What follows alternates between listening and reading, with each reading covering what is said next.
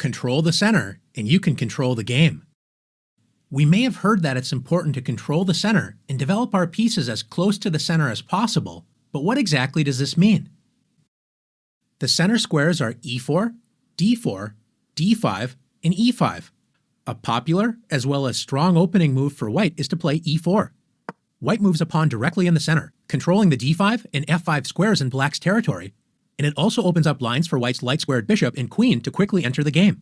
A good response for black is to play the same move, e5. By controlling the center, both sides prevent enemy pawns from entering their territory. If white tries to force two pawns in the center with d4, threatening black's pawn on e5, it's important for black to break up white's pawn center with e takes d4. When white's dreams of taking over the center with pawns have been shattered, so black should not have any serious problems in the opening.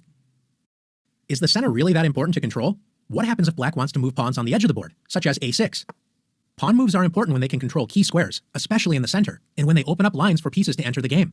This move does not control an important central square, and it only allows the rook to move to a7, not exactly improving black's position. Since black does not want to control the important center, don't be shy. Let's take the center for ourselves with d4. White's pawn duo control key squares in black's camp, c5, d5, e5, and f5, making it difficult for black to activate pieces on these squares. If black continues to make meaningless pawn moves such as h6, black has no central control, and besides the pawns, only 4 pieces can move. The knights, which were already able to move at the start of the game, and each rook only has 1 square. Not a good start to the game for black. White's pieces, on the other hand, enjoy great freedom. White's queen and 2 bishops enjoy open lines, and white's knights are ready to jump into the game with a move like knight f3. What happens if black wakes up from a deep sleep and decides to start developing pieces toward the center with knight to c6?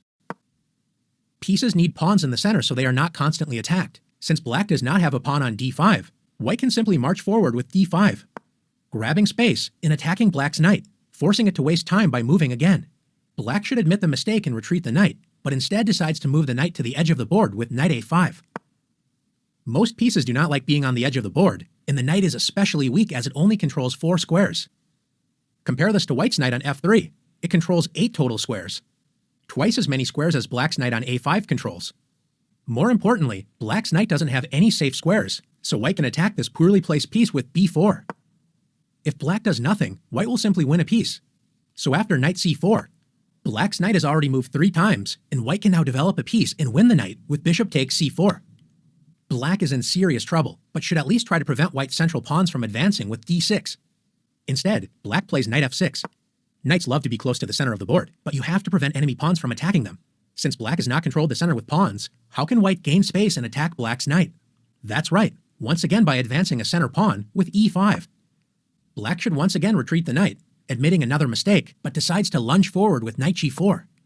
Notice most of black's escape squares are controlled by pawns. Even black's pawn on h6 prevents a potential knight retreat.